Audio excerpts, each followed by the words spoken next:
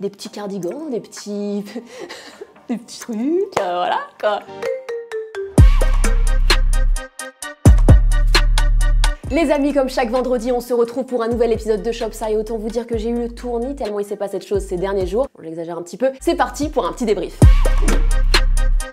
À la une, c'est certainement la plus grosse info de la semaine après Miami, Londres, Tokyo qui se débarquent enfin à Paris. La boutique est située à 2 pas des champs, l'intérieur est absolument magnifique, il y aura même un espace restauration dédié au brunch, autant vous dire que j'en salive déjà d'avance. Réseau, il y en a qui se mettent bien, hein. Offset vient de recevoir de la part de Travis Scott le seul et l'unique exemplaire de la Air Jordan 6 Yellow Cactus Jack. Vous allez me dire comment il a fait? Eh bien il a tout simplement demandé à son pote de les lui envoyer. Du coup Travis, frérot, si jamais tu passes par là, t'as envie de m'envoyer une petite paire de Nike SB Dunk Low, n'hésite pas, il y a aucun souci. Vous le savez, Kim Kardashian a demandé le divorce de Kanye West, elle lui reproche de ne pas avoir fait assez d'efforts. Écoutez, je la comprends et je partage son sentiment quand je vois la nouvelle Yeezy Quantum Flora prévue pour le mois de mai. C'est basique, c'est fade, Kanye, tu nous as quand même habitués à mieux quoi.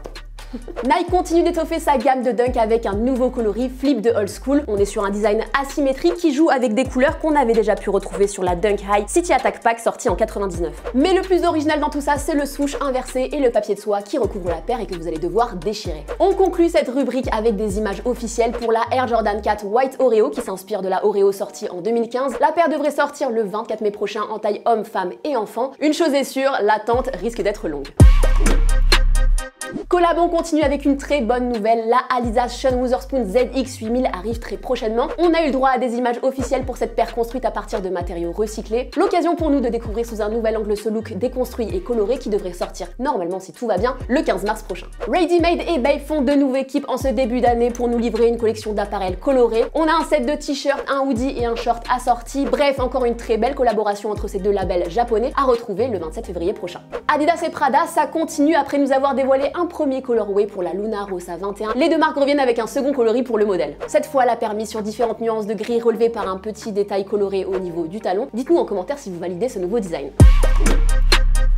Insolite, après avoir travaillé avec Evian, Ikea, Virgil Abloh collabore aujourd'hui avec la marque d'électroménager Braun. Ensemble, ils revisitent le réveil BC02 dans 2 versions colorées très pop et c'est vendu 70 $. C'est toujours mieux que de se faire réveiller par ça.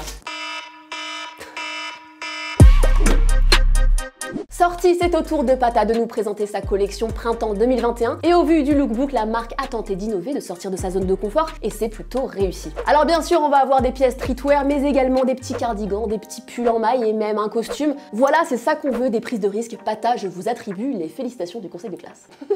New Balance et Casablanca sont de retour cette semaine avec 2 nouvelles sneakers, une 327 et une 237. Les deux paires mis sur le même motif et les mêmes coloris, alors oui, on est sur un design plutôt sobre en comparaison aux précédentes collaborations, mais c'est tout aussi efficace. Et c'est à retrouver ce 27 février. Côté Yeezy, on a également pas mal de sorties ces prochains jours. Pour les amateurs de 350 V2, vous allez pouvoir sortir votre carte bleue ce samedi 27 février pour vous offrir les Ash Stone. Et pour les fans de paires plus extravagantes, plus audacieuses, rendez-vous le 4 mars, jour de la sortie de la toute première Yeezy 450. Fashion faux pas, vous le savez, c'est ma catégorie préférée. Aujourd'hui, on va parler de Maison Margiela. Alors d'un côté, on a découvert une tabi transparente et de l'autre, une mule qui ressemble quand même sacrément à un chausson chirurgical. Et vu que je suis sympa, aujourd'hui, je vais vous faire économiser 390 € avec un petit tuto des familles. Alors vous allez simplement avoir besoin de papier toilette. Prenez le moins cher, ça ira très bien. Et d'une claquette, on va faire fusionner les deux. Et voilà, tout simplement. Un petit DIY très facile à refaire chez vous. N'hésitez pas à partager vos résultats. Zoom, Norsace porte une doudoune Moncler à 1395 € dans son freestyle Bousca Marathon. Guy de Besbar mise sur un t-shirt Gucci à 350 € dans DCB. Titoff signe son retour avec une veste hologramme à 90 € dans Avec ou sans toi. Coup de cœur, on termine cet épisode avec un nouveau colorway pour la Reebok première Road moderne. Cette fois, la paire mise sur différentes nuances de gris pour un look d'autant plus futuriste. Alors si comme moi, vous kiffez ce modèle, rendez-vous le 1er mars. Et voilà les amis pour ce nouvel épisode de Shopsa. On se voit la semaine prochaine. D'ici là, partagez, likez, prenez soin de vous et surtout, soyez stylés. Ciao!